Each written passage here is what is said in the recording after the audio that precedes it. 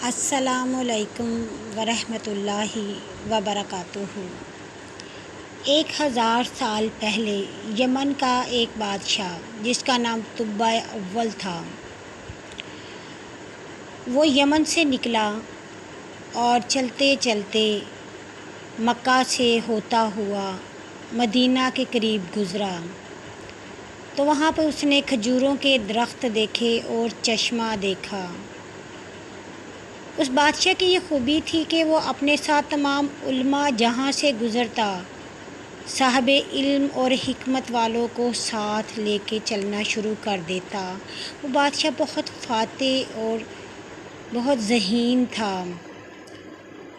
जब वहाँ पर उसने पड़ाव डाला तो 400 कुछ रवायात के मुताबिक 4000 जो उलमा कराम थे वो चहलकदमी करते हुए जा रहे थे कि उन्होंने ज़मीन का एक खित्ता देखा जिसमें से नूर निकल रहा था। उन्होंने अपनी किताबें निकाल लीं और सब दलाइल में मशगूल हो गए, यहाँ तक कि सुबह हो गई। नतीजा ये निकला कि ये वही जगह है जहाँ पर ख़ातमुन नबिय्यीन सल्लल्लाहु अलैहि वसल्लम की वलादत बासआदत होगी। उन सब ने कहा कि बादशाह से हमने यही कहना है कि चाहे हमारी गर्दनें उड़ा दो, मगर अब हम यहाँ से नहीं जाएंगे। जो सबसे बड़ा आलिम था वो बादशाह के पास आया और उसने इजाज़त मांगी कि हम यहाँ से नहीं जाएंगे। तो बादशाह ने वजह पूछी। उसने कहा, क्या तुम्हें मीठा पानी पसंद आ गया है या खजूरें पसंद आ गई हैं? तो उस आलिम ने तमाम बात बताई। तो उस बादशाह ने कहा कि फिर मैं यहाँ पे क्यों ना रहूँ, मैं भी यहीं रहूँगा। और वहाँ पर सब उल्मा के घर बनना शुरू हो गए। बादशाह ने ख़ुद अपने लिए 2 मंजिला घर बनवाया और इस तमाम घरों के बनने में 1 साल लग गया। 1 साल बाद उस बादशाह ने कहा कि आप तमाम उल्मा यहीं रहें, मैं अब आगे जाऊँगा। ये घर और ये मेरा ख़त अपने पास रख लो। और जब ख़ातमुन नबिय्यीन सल्लल्लाहु अलैहि वसल्लम तशरीफ़ लाएं तो उनको मेरा ये ख़त दे देना। तो उन्होंने कहा कि अगर तब तक मेरा विसाल हो गया, तो बादशाह ने कहा कि आप अपनी औलाद को, और अगर उनकी वफ़ात हो जाए तो वो और अपनी औलाद को मेरा ये ख़त देते रहें कि ये मेरी अमानत है। 1000 साल के बाद जब नबी सल्लल्लाहु अलैहि वसल्लम की विलादत बासआदत हुई और उसके बाद आप 13 साल मक्का में रहने के बाद मदीना की तरफ रवाना हुए, तो आपके साथ अहलियाने दीन मौजूद थे। मदीने में आपका इंतज़ार हो रहा था।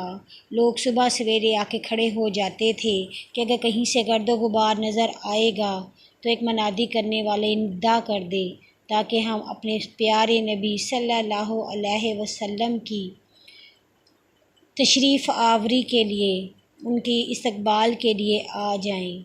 एक निदा वाले ने निदा की तो बनु नज्जार की बच्चियों ने तला अल बद्रु अलैना का तराना पढ़ना शुरू कर दिया और वो कबीला 70 असहाब ने इस्लाम कबूल किया। और वहाँ पर कुछ लोग मौजूद थे, उनको कुछ समझ ना आई। उन्होंने अपना अमामा खोला और नेज़े पर बांध कर मरहबा या मुस्तफ़ा का नारा लगाना शुरू कर दिया। उस दिन पीर का दिन था, 12 रबीउल अव्वल की तारीख़ थी। नबी सल्लल्लाहु अलैहि वसल्लम अपनी कस्वा पर झूमते हुए आगे, कस्वा झूमती हुई नबी सल्लल्लाहु अलैहि वसल्लम को अपनी कमर पर सवार करते आगे जा रही थी। हर एक का दिल मचल रहा था कि नबी पाक सल्लल्लाहु अलैहि वसल्लम मेरे घर आएँ, मगर नबी पाक सल्लल्लाहु अलैहि वसल्लम ने अपनी ऊँटनी पर यह छोड़ा था, क्योंकि मेरे आका की ऊँटनी जानती थी कि उन्हें किधर रुकना है।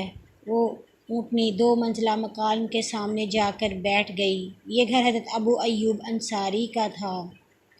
आप सल्लल्लाहु अलैहि वसल्लम घर के अंदर आए तो वो तो झूम गया और कहने लगा, आका मैं आपके लिए खजूरें लाऊं, पानी लाऊं, दूध लाऊं, क्या लाऊं? नबी सल्लल्लाहु अलैहि वसल्लम ने फरमाया, सबसे पहले मेरे आशिक तुब्बा अव्वल का ख़त लेकर आओ। और कुछ जगह पर रवायत है कि हज़रत अबू लायला अंसारी ने रास्ते में उनको ये ख़त दे दिया था। और वो बादशाह जो 1000 साल पहले हो गुज़रा था, उसने अपने आका को सलाम लिखा था, कभी तो किस्मत खुलेगी मेरी, कभी तो किस्मत खुलेगी मेरी, कभी तो मेरा सलाम होगा। सुभान अल्लाह। नबी सल्लल्लाहु अलैहि वसल्लम की आमद का पैगाम आसमानी सहाइफ़ और कुतुब में मौजूद है, तो फिर हम क्यों ना अपने नबी की आमद पर खुशियाँ मनाएं।